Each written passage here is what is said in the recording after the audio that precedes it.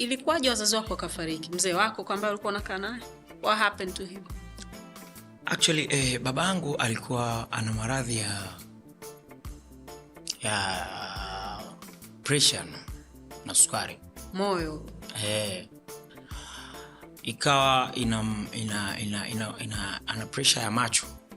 Kwa babangu mwaka 2016 alipofoka macho. Akawa haoni.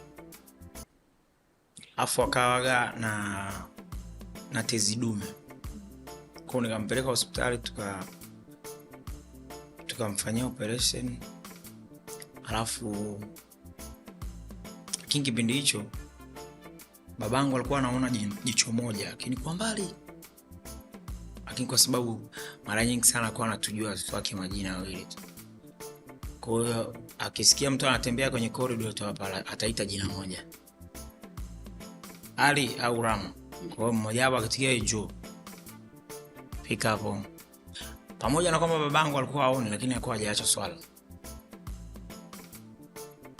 Haoni. Kuna ishara nilimwekea kwenye mswala, yani mswala ulipoelekea ni kibla.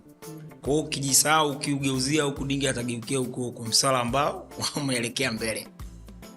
Mfano hai kabisa kwamba hata kama una matatizo, hata kama umekwama, hata kama una nini, kuswali ni kitu cha kwanza kabisa, first priority, ambao sisi hapa tunataka tuishi nayo kila siku na kwa Mungu. Kwa kipindi kile ambacho babangu anaumwa lakini anaswali, mpaka siku babangu ameshindwa kuswali, ni kipindi ambacho sasa babangu amefikia hatua sasa aliumwa kiasi kwamba akawa hawezi tena hata kutoka kitandani, ni wa kuogesha, wa kuvalisha pampers nini. Na hiyo hali nimeishi nayo kama miaka 2. Na hapo mahusiano yangu alikuwa ananipasua kichwa. Kwa babangu mimi nilikuwa na mdogo wangu mwenyewe sasa hivi nikaa na miaka kama 29 hivi sasa, DJ Kali anaitwa. Toka tunapangiana zamu sababu leo inabidi amuogeshe mshua, kesho mimi. Au mimi hapa naweza kuanza naye. Ni mimi hapa ninapeka msosi, mimi ndo nitamlisha, mimi hapa ndo nitamtreat siku hiyo kesho, kwa sababu mimi mdogo wangu jikoni yuko fit. Kwa mara nyingi mimi kwa nafanya madiko nini, kazi yake ni kumogesha mshua, kumbadilisha pampers kwa wakati nini na nini, vile vitu ambavyo mpaka ikawa ifikia hatua sasa mimi hapa nafanya sana, kwa sababu mdogo wangu ni mdogo nini, na mwisho wa siku ana ile tayari, yani ana ule moyo ambao nao mimi. So unajua sometimes kuna wale, ndo maana watoto sasa hivi ambao tunawakuza kwenye familia zetu ndo hao mfano wao naona kwa mdogo wangu. Hawana ile roho uthubutu mpaka umpe kazi, umfanye nini. Yuko hivyo. Kwa sasa ile kitu nikawa nafanya sana, nikaja nikagundua kila ninapofanya kuna kizuri kinanitokea. Kila ninachofanya kina kizuri kinanitokea. Nikagundua kwamba baraka yangu mimi ni kufanya hizi kazi za mshua 100%.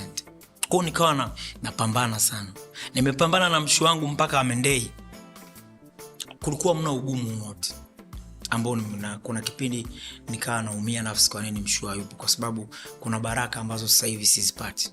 Lakini kama angeendelea kuwepo hizo baraka, mimi ningekuwa nazo kila siku naenda kwa Mungu. Ningekuwa napishana na vikwazo vingi sana.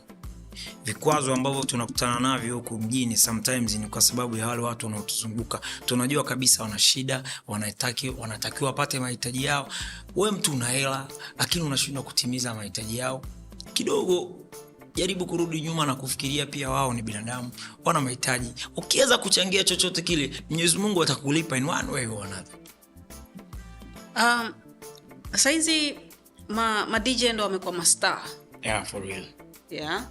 Na kuna mtu ameninongoneza kwamba katika ma DJ ambao wanalipwa vizuri, wewe ni mmoja wapo. Namshukuru Mungu. Na sio mtu wa kubrag kuhusu hilo kwamba mimi ndo nalipwa, kwa sababu wanaotoa hela ndo ambao wanasema kwamba bwana fulani, au sio? Na mimi nimeisikia kutoka kwa mtoa hela kwamba bwana jamaa, nikauliza sio fulani, akanambia mchizi, umeona. Na hiyo ni moja kati ya sababu, kwa sababu naamini wewe ndo ambao utanielezea vizuri zaidi.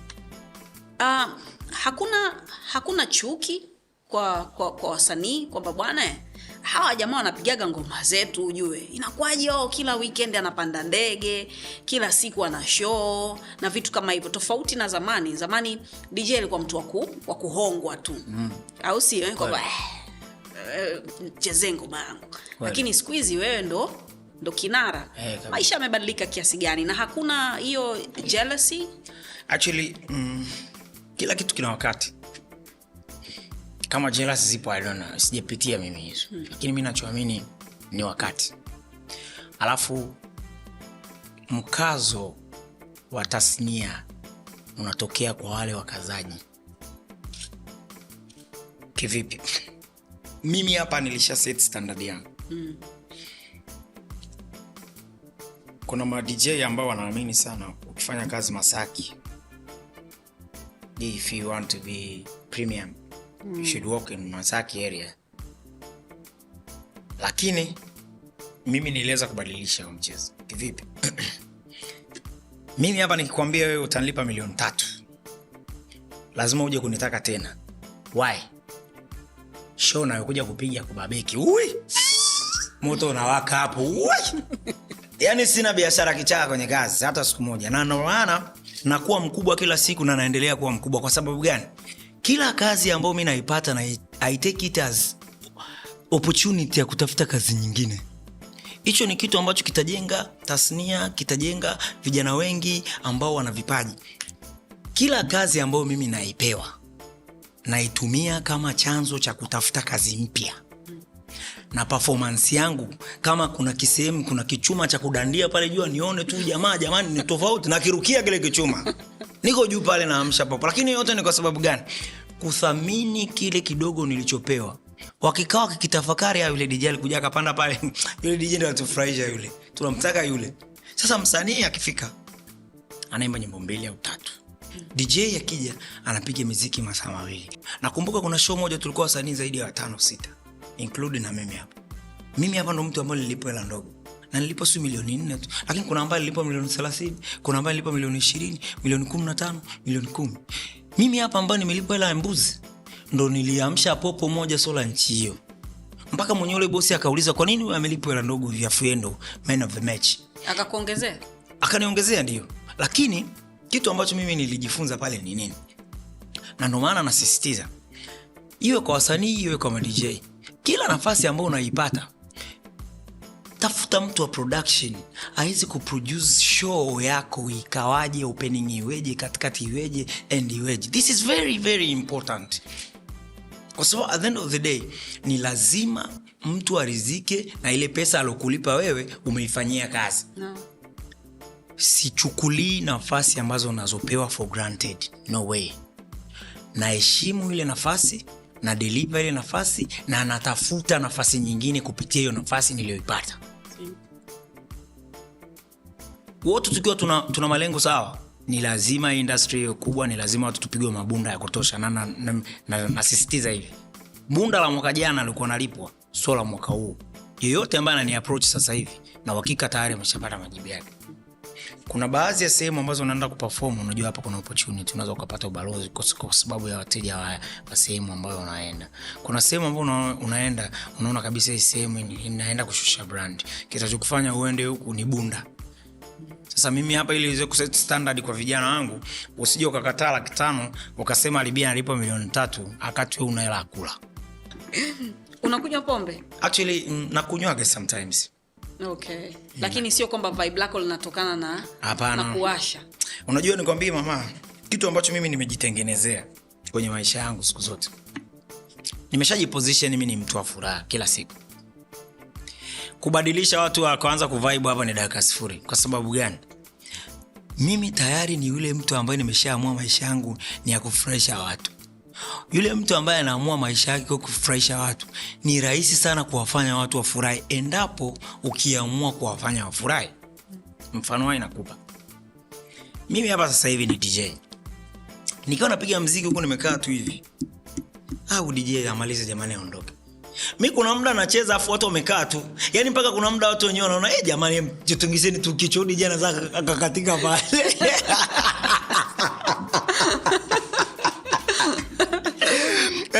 Yaani naamsha popo hapo watu wananiangalia tu mpaka kuna saa jamani nawaambia basi jamani leweni basi na mimi ni enjoy.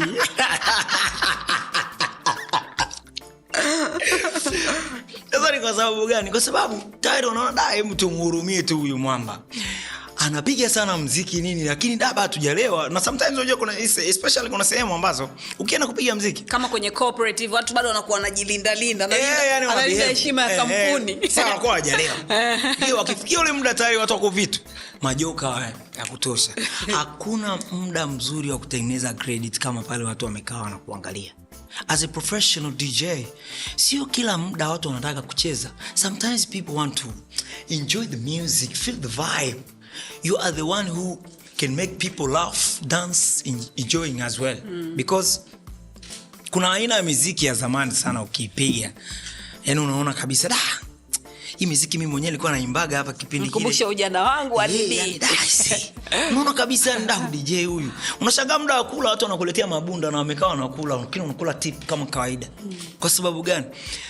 Ni wewe DJ ndo mtu sahihi wa kuwafanya watu wakumbuke maisha, wakumbuke sehemu walizotoka. Na ndio maana sasa hivi ukiangalia kwenye Instagram yangu every Thursday na session ya kupiga ngoma fulani za zamani, na ukiangalia kwenye WhatsApp za washikaji kibao magrupu, unajua sasa hivi watu wengi walabata ni above 30. Ndo anaela. Ndo wenye mabunda. Hakina sisi. Asumani.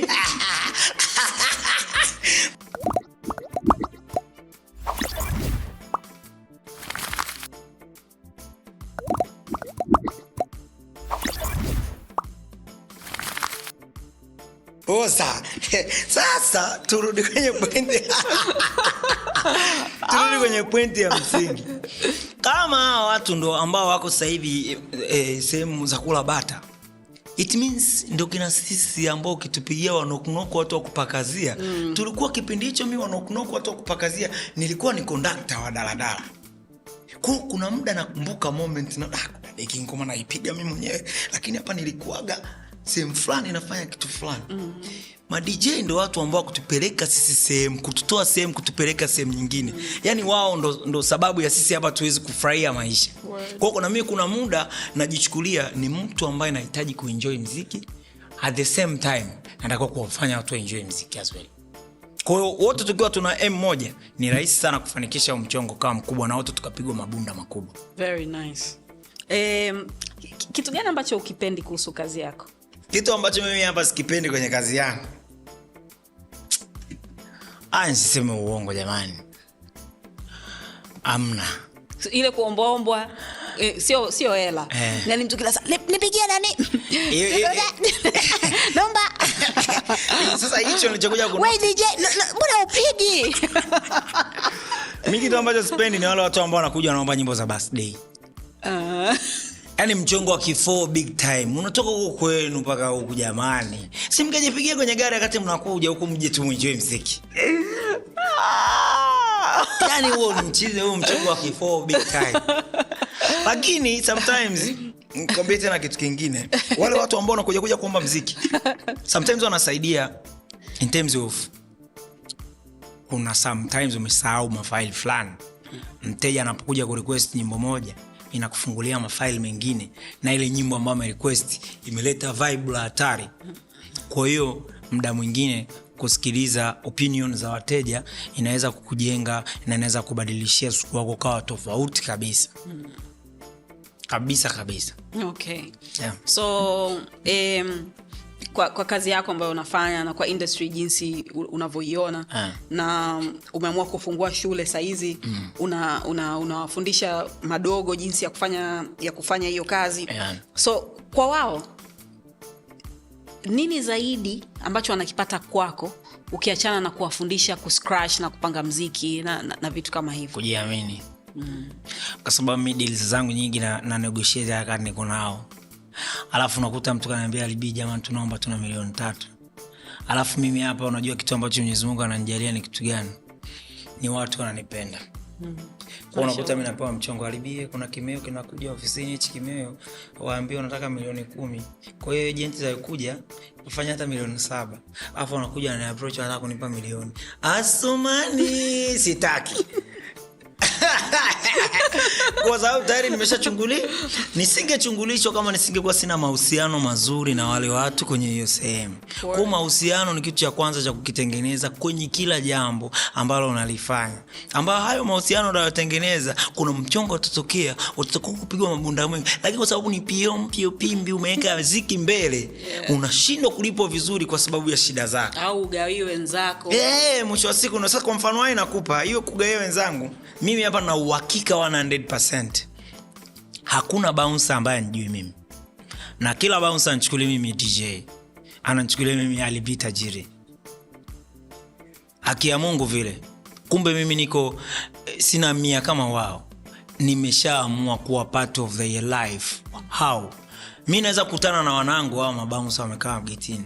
Naingia disco naenda kupiga muziki. Imagine mimi mwenyewe ni mfanyakazi kama wao, lakini wao wenyewe hawanichukulii mimi kama mfanyakazi mwenzao. Na watia tipo 10 kiji. Mimi nimelipwa 600 huko 500 na gawana na maskini wenzangu. Huyu hapa mtoto wake kaenda kula, huyu mtoto wake kaenda kula, huyu mtoto wake kaenda kula. Mwenyezi Mungu hawezi kunipa tena mchongo mwingine huko mbele. Zaidi. Kwa mimi hapa natumia sana watu ambao wananizunguka hawana 100. Watoto wao wananiambia mimi ndio kupitia Somani. Nice. Lakini ndogo sana mahesabu madogo sana. Yeah. So kila mtu anajua hivyo. I think umesema kitu kikubwa sana. Yaani sidhani kama uchoyo una nafasi yoyote katika shindi zako. Kweli. Yaani ushindi wako unatokana na dua ambazo watu ambao pengine hata hujui. Hamna dua nzuri kama ambayo mtu anakuombea wakati wewe haujui. Ni kweli kabisa. So yule mwanamke ambaye alikuwa anakusumbua kipindi kile mzee wetu anaumwa, ulimpiga chini yule? Tulikuja tukafarakana nini? Tuachane nayo tu. Umeoa sasa hivi? Mama Simba Asumani. Yaani Mama Simba ndo mtu ambaye anifame na fry hivi kila siku. Mashaallah. Hicho kwanza namshukuru Mungu. Afu ni chuma. Yaani Mama Simba akipita hata kama wewe ni rafiki yangu lazima umpige jicho jara. Yaani kuna ile jicho jara ni waya. Yaani hiyo lazima itokee. Ni chuma, ni big time. Afu nampenda kinyama. Yaani kuna muda mimi namwambiaga ni mke wangu mimi nakupenda wewe. Au amini. Namtia bunda. Nakupenda mbavu. Basi zile mradi mimi ni pride. Kwa najikuta mara nyingi sana mimi nikiwa na shida namuomba Mama Simba. Najua Mama Simba anazo. Kwa ukimpa hela sana mkeo, mabunda yapo kila siku kwenye familia. Na nilimnunulia gari actually, ile gari nyeusi BMW nilimnunulia yeye, sema amekataa. Hataki hayo mambo. Haitaki hichi kile kigari, anasema ni kidogo hichi kinakufaa wewe. Afu kinahitaji dereva fulani mpoaji bisho kama wewe. Mume wangu enjoy your life. Asumani Mama Simba popote pale ulipo, Mungu akubariki. Unipe kilo 5. Unao ngapi sasa hivi? Sasa hivi nao 2 Mama Simba. Ungetaka wengi lakini. Mama Simba mimi napenda sana, unajua kitu ambacho nimekuja kuexperience. Endapo kwenye familia yetu wale kaka zangu wangekuepo, wazazi wangu wangeishi vizuri zaidi. Watoto wakiwa wengi, najua kuna machakaramu watatokea katika watoto 10 watotoka 3. 7 kidogo at least wanaweza kufanya furaha ya familia ikawa kubwa zaidi tofauti na ilivyo sasa hivi. Lakini japo namshukuru Mungu, mimi mwenyewe ni one man army. Na hicho kitu kimenitengenezea mimi hapa sio mtu wa kuomba misaada. Mimi ni mtu ambaye unaona kabisa huyu mshikaji anahitaji kusaidiwa. Kivipi? Ni mtu ambaye nina uthubutu, ni mtu ambaye anajituma, ni yule mtu ambaye ukinipa kazi lazima feedback ije ujamaa. Tunashukuru kwa kutuunganisha naye. Kwa kweli jana sisi tumeenjoy. Kila kijana akiamua kuhakikisha ile nafasi anayoipata anamridhisha mteja wake ambaye amempa hiyo kazi, haiwezi kumtupa. Na ndo thamani ya mtu inapopanda kuanzia hapo. Asumani. Bana, mimi nikushukuru sana. Thank you so much. Kama ambavyo nilikwambia Ali, mimi ni shabiki wako na nafikiri vitu vyote ambavyo umevielezea hapa vina justify kitu ambacho mimi nakiamini. Nakutakia kila laheri. Endelea kuachukua madogo na mtoto wa dadangu nitamleta kwako. Lakini sitakwambia ili usimtreat kwa sababu unanijua mimi. Actually, au sio hicho kitu kingine ambacho mimi hapa Mwenyezi Mungu amenijalia kitu kimoja ambacho kila kijana ambaye amenizunguka namchukulia kama mdogo wangu. Nice. Mdogo wangu ambao yani mdogo wangu kabisa. Umeniambia mdogo wako anaitwa DJ Kali Raki. Okay. Anapigaga upepo mara nyingi. Ndio. DJ Kali. Yes. It's my brother. Okay. Yeah, yani kutoka mimi yule. Na yule nilimwachishaga shule kwa sababu alikuwa anataka kuendelea form 5 6 huko, afu kuna wanangu naona wana PhD wana masters hawana 100 wananiomba kazi, nikawaajiri sina scratch. Kwa ngachokifanya mimi nikamwambia mdogo wangu, kama hawa jamaa wanalipa 800 kwa mwezi, 700 kwa mwezi, na wewe hapo mimi naweza kukutafutia kimeo ukapata 800 kwa wiki, achana na huu mchongo, tufanye mchongo huko. Mdogo wangu nikaanza kumfundisha DJ.